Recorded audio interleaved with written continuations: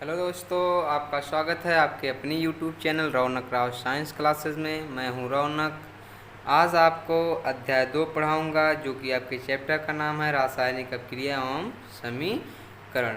इसके बारे में आज इस वीडियो में बात करेंगे। और इससे पहले एक बात कहूँगा भैया, जितने लोग वीडियो को देख रहे हैं वीडियो को अंत तक देखेंगे, और अगर वीडियो देखने के बाद आपको वीडियो पसंद आएगी तो लाइक शेयर कमेंट ज़रूर कर दीजिएगा।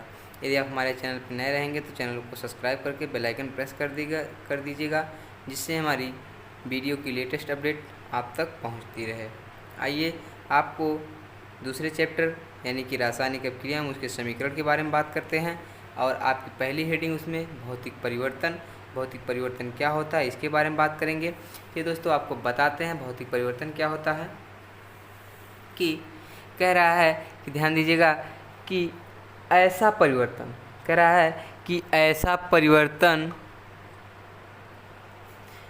परिवर्तन जिसमें पदार्थ की भौतिक अवस्था, आकार एवं भौतिक गुणों को प्रभावित करे, परंतु उसके रासायनिक संगठन से उसके गुणों पर कोई प्रभाव ना डाले, ऐसे परिवर्तन को हम क्या कहते हैं? भौतिक परिवर्तन कहते हैं। जैसे क्या कह रहा है कि ऐसा परिवर्तन जिसमें पदार्थ के भौतिक अवस्था एवं आकार एवं भौतिक गुणों को प्रभावित करे, यानी कि उसकी भौतिक अवस्था तथा भौतिक गुणों तथा क्या कह रहा है? भौतिक अवस्था तथा भौतिक गुणों को प्रभावित करे, लेकिन उसके रासायनिक संगठन से उसके गुणों पर कोई प्रभाव ना डाले, ऐसे परिवर्तन को हम क्या करते हैं? कहते हैं भैया भौतिक परिवर्तन कहते हैं। क्या कहते हैं? ऐसे परिवर्तन को भौतिक परिवर्तन कहते हैं। कहने का तात्पर्य है कि कोई भी अभिक्रिया हो जिसमें उसके भौतिक अवस्था, आकार एवं उसकी भौतिक अवस्था में परिवर्तन हो, लेकिन उसके रासायनिक संगठनों में यानी कि उसके रासायनिक गुणों में कोई परिवर्तन ना हो, कोई प्रभाव ना डाले, ऐसे परिवर्तन को हम क्या कहते हैं?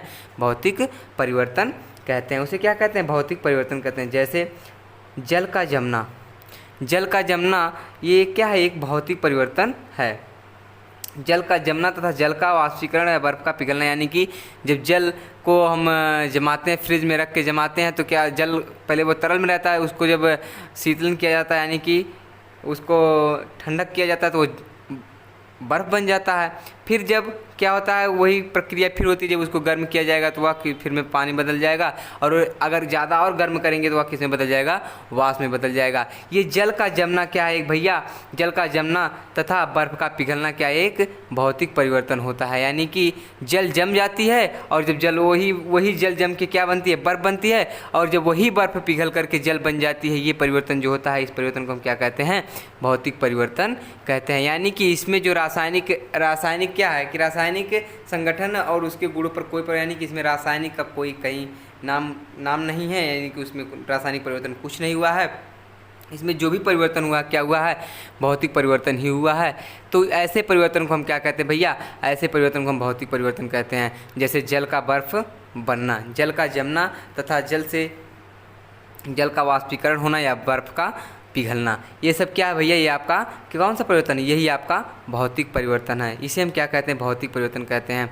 और आपकी अगली हेडिंग भैया रासायनिक परिवर्तन, चलिए इसके बारे में बताते हैं, लेकिन वीडियो में आप लोग अंत तक बने रहिएगा, बहुत मज़ा आएगा अगर आप लोग मन से पढ़ेंगे तो। चलिए दोस्तों आपको बताते हैं रासायनिक परिवर्तन किसे कहते हैं। आइए ध्यान दीजिएगा, हमने इससे पहले अभी भौतिक परिवर्तन के बारे में डिस्कस किया, अब बात करेंगे रासायनिक परिवर्तन के बारे में। कह रहा है ऐसा परिवर्तन जिसमें पदार्थ के रासायनिक संगठन एवं गुणों का परिवर्तन कर दे, उसे हम क्या कहते हैं? रासायनिक परिवर्तन कहते हैं। उसे क्या कहते हैं? रासायनिक परिवर्तन कहते हैं। जैसे कह रहा है कि ऐसा परिवर्तन जिसमें पदार्थ के रासायनिक संगठन एवं गुणों का परिवर्तन कर दे, ऐसे परिवर्तन को हम क्या कहते हैं? रासायनिक परिवर्तन कहते हैं। सभी लोग जानते हैं रासायनिक परिवर्तन कैसे। जैसे दूध से दही का जमना भैया, इसमें कौन सा परिवर्तन है?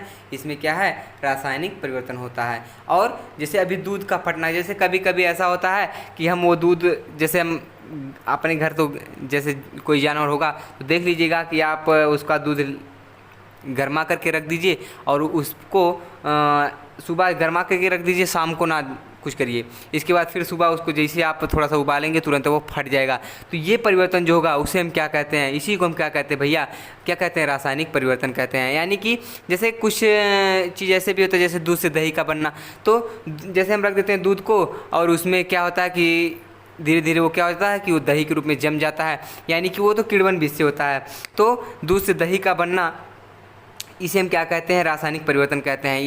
यही आपका क्या है, रासायनिक परिवर्तन। जैसे कह रहा है कि देख लीजिए परिभाषा फिर से, ऐसा परिवर्तन जिसमें पदार्थ के रासायनिक संगठन एवं गुणों को परिवर्तित कर दे, उसे हम क्या कहते हैं, रासायनिक परिवर्तन कहते हैं। उसे हम कौन सा परिवर्तन कहते हैं, रासायनिक परिवर्तन कहते हैं। उदाहरण में देख लीजिए, दूध का फटना, दहन, किण्वन, परमाणु विस्फोटक आदि। यानी कि जैसे दहन हो जाए, किण्वन हो जाए, परमाणु को विस्फोट हो जाए, ये सब क्या है भैया, आपका रासायनिक परिवर्तन। जैसे अभी कहीं कहीं पे बम विस्फोट हो जाता है, बम विस्फोट हो जाता है। जैसे अभी आप लोगों ने कुछ दिन पहले सुना होगा कि एक विद्यालय था जहाँ पे कुछ बच्चे प्रैक्टिकल कर रहे थे और वहाँ पे गलत तत्वों का उपयोग किया और उसमें कुछ मिसिंग हो गई, जो कि वो विस्फोट हो गया था और वहाँ पे काफ़ी बच्चों की मौत हो गई थी। तो वही कह रहा है कि जैसे आप रासायनिक परिवर्तन क्या होगा कि अगर जैसे गलत तत्व अगर एक दूसरे में पड़ जाएगा तो वहाँ पे विस्फोट भी हो सकता है। तो वही कह रहा है कि ऐसे परिवर्तन को हम क्या कहते हैं, रासायनिक परिवर्तन कहते हैं। क्या कहते हैं, ऐसे परिवर्तन को हम भैया रासायनिक परिवर्तन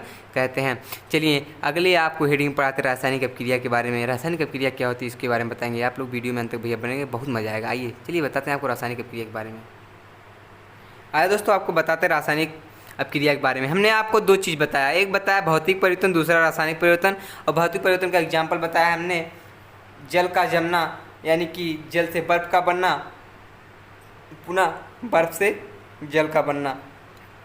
ये परिवर्तन जो था आपका कौन सा परिवर्तन था भैया, ये आपका भौतिक परिवर्तन था। और फिर रासायनिक परिवर्तन के बारे में हमने बताया दूध का फटना या दूध से दही का बनना या फिर अन्य चीज़ का, अन्य रासायनिक पदार्थों का विस्फोट होना। ये सब क्या भैया आपके रासायनिक परिवर्तन है। अब आपकी अगली हेडिंग है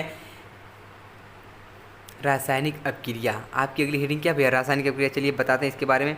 कह रहा है ऐसी अपक्रिया जिसमें एक या एक से अधिक पदार्थ क्रिया करके नए उत्पाद का निर्माण करते हैं, उसे हम क्या कहते हैं, रासायनिक अपक्रिया कहते हैं। उसे क्या कहते हैं, उसी को हम कहते हैं रासायनिक अपक्रिया। एक बार फिर से देख लीजिए, कह रहा है कि ऐसी अपक्रिया जिसमें एक या एक से अधिक पदार्थ क्रिया करके नए उत्पाद का निर्माण करते हैं, उसे रासायनिक अपक्रिया कहते हैं। यानी कि जैसे अभी कोई भी हो, अगर एक या एक से अधिक पदार्थ क्रिया करेंगे तो एक नया उत्पाद बनेगा, यानी कि एक नया तत्व बनेगा, नया तत्व का निर्माण होगा, उसे हम क्या कहते हैं, उसी को हम कहते हैं रासायनिक अपक्रिया।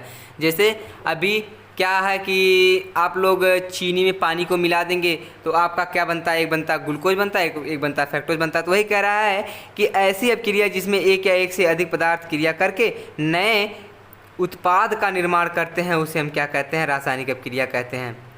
देख लीजिए, उत्पाद का भौतिक एवं रासायनिक गुण अभिकारक के गुणों से हमेशा भिन्न होता है। कह रहा है कि ध्यान दीजिएगा, जो उत्पाद बनेगा आपका, उत्पाद का भौतिक एवं रासायनिक गुण अभिकारक के गुणों से क्या होगा भैया, हमेशा हमेशा के लिए भिन्न होगा। किसका भिन्न होगा, उत्पाद का भौतिक एवं रासायनिक गुण क्या होगा, अभिकारक के गुणों से हमेशा क्या होगा भैया, भिन्न होगा। किसके गुणों से, अभिकारक के गुणों से हमेशा भिन्न होगा। रासायनिक अपक्रिया समझ में आया ना। एक बार फिर से देख लीजिए, कह रहा है ऐसी अपक्रिया जिसमें एक या एक से अधिक पदार्थ क्रिया करके नए उत्पाद का निर्माण करते हैं, उसे हम रासायनिक अपक्रिया कहते हैं।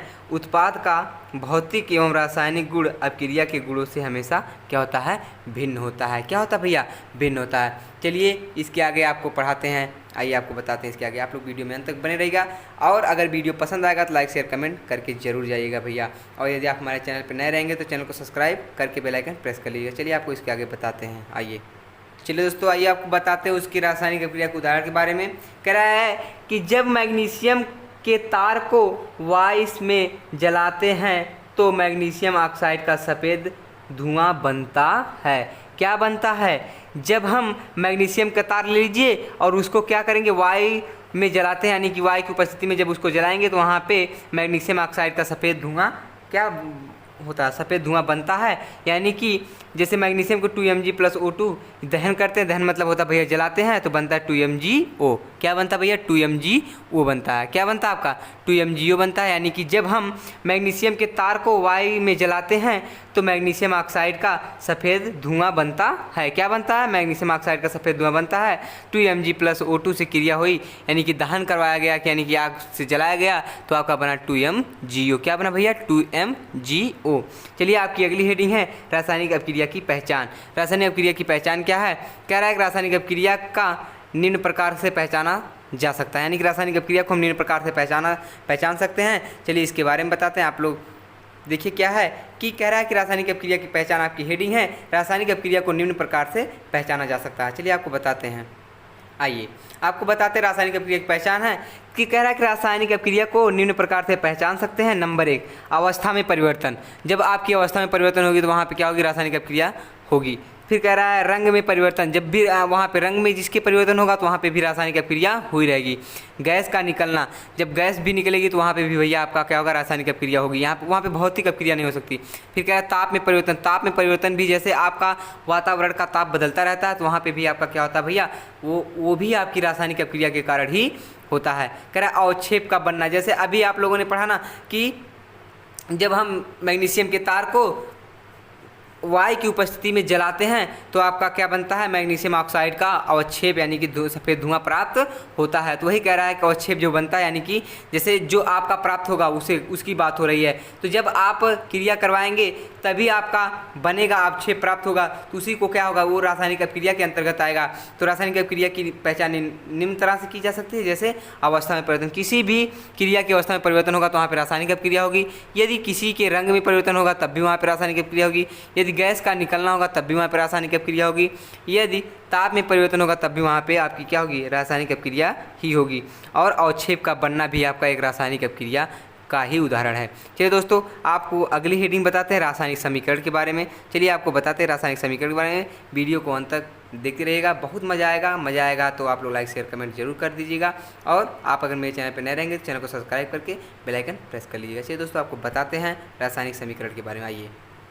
आइए दोस्तों आपको बताते हैं रासायनिक समीकरण के बारे में। रासायनिक समीकरण क्या है, कह रहा है किसी रासायनिक अपक्रिया में भाग लेने वाले अभिकारक पदार्थ और उसमें उत्पन्न होने वाले उत्पाद को रासायनिक समीकरण कहते हैं। क्या कहते हैं, ध्यान दीजिएगा। किसी रासायनिक अभिक्रिया में भाग लेने वाले अभिकारक पदार्थ और उससे उत्पन्न होने वाले उत्पाद को रासायनिक समीकरण कहते हैं। किसे कहते हैं, ध्यान दीजिएगा कि मान लीजिए कोई रासायनिक अपक्रिया में जो भाग लेने वाले अभिकारक पदार्थ यानी कि अभिकारक पदार्थ और उसमें उत्पन्न होने वाले उत्पाद, जैसे अभिकारक जब दो तत्वों को क्रिया करवाई जाती है तो जो उनसे बनेगा उसको हम क्या कहते हैं, उत्पाद कहते हैं। उनसे उत्पन्न होने वाले उत्पाद को रासायनिक समीकरण कहते हैं। जैसे कोई भी ले लीजिए, आप कुछ भी लेंगे, जैसे दो तत्व जब लेंगे, जब उनसे क्रिया करवाएंगे तो आपका जो बनेगा उसको हम क्या कहते हैं, उत्पाद कहते हैं। और जो जिससे क्रिया होती है वो क्या होता है, अभिकारक कहलाता है। फिर कह रहा है कि रासायनिक समीकरण में अभिक्रिया के बाईं ओर के पदार्थों को अभिकारक तथा दाईं ओर के पदार्थों को उत्पाद कहते हैं। यानी कि हमने आपको बताया ना, जैसे ये एरो है, एरो के इस तरफ क्या होगा, आपका इधर होगा तो उत्पाद होगा और इधर होगा तो आपका क्या होगा, अभिकारक होगा। वही कह रहा है भैया कि रासायनिक अपक्रिया में किधर बाईं ओर पदार्थ को अभिकारक कहते हैं तथा दाईं ओर पदार्थ क्या कहते हैं, उत्पाद कहते हैं। यानी कि इस तरफ जो रहेगा वो आपका उत्पाद होगा और इस तरफ जो रहेगा वो आपका क्या होगा, अभिकारक होगा। जैसे उदाहरण देख लीजिए, NaOH प्लस HCl। NaOH से क्रिया हुई किससे, HCl से, तो क्या है, सोडियम हाइड्रोक्साइड से क्रिया हुई HCl यानी कि ये हाइड्रोक्लोरिकम से, तो आपका बनता है NaCl। क्या है, NaCl आपका क्या है, सोडियम क्लोराइड है और आपका जल बना। तो ये जो है आपका ये वाला पार्ट भैया क्या है आपका, अभिकारक। और ये क्या है आपका, जो बना है, ये उत्पाद बना है। तो जैसे अभिकारक से जब दो अभिकारक मिलते हैं तो जो बनाएंगे वो क्या होगा, उत्पाद होगा। वही हम कह रहे हैं भैया कि ये क्या है, ये आपका बाईं तरफ है, बाईं तरफ रहता है आपका अभिकारक और दाहिनी तरफ होता है आपका उत्पाद। चलिए दोस्तों, कह रहा है कि उपरोक्त अपक्रिया में NaOH तथा HCl अभिकारक है तथा NaCl तथा H2O उत्पाद कहते हैं। यानी कि जो NaOH प्लस HCl है क्या आपका भैया, अभिकारक है, और जो जो NaCl और H2O आपका बनाया क्या है भैया, आपका उत्पाद तैयार हुआ। यानी कि जब दो क्रिया यानी कि सोडियम हाइड्रोक्साइड और हाइड्रोक्लोरिकम से क्रिया होती है तो आपका बनता है सोडियम क्लोराइड और जल बनता है। सोडियम क्लोराइड मतलब ये क्या है, सोडियम क्लोराइड का क्या नाम है,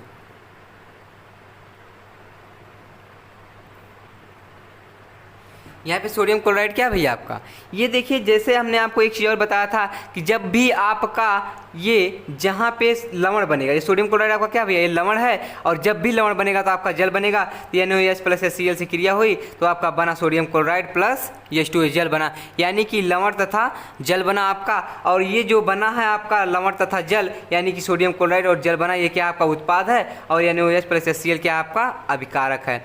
तो आपकी वीडियो भैया यहीं पे ख़त्म होती है। और अगर आपको वीडियो देखने में अच्छी लगी हो, आपको समझ में आया हो, तो वीडियो को लाइक शेयर कमेंट करके जाइएगा। यदि आप हमारे चैनल पर नए हैं तो चैनल को सब्सक्राइब कर लीजिएगा और बेल आइकन को प्रेस कर लीजिएगा, जिससे मेरी लेटेस्ट अपडेट आपको मिलती रहे। मिलते हैं आपसे अगले वीडियो में, तब तक के लिए भैया जय हिंद।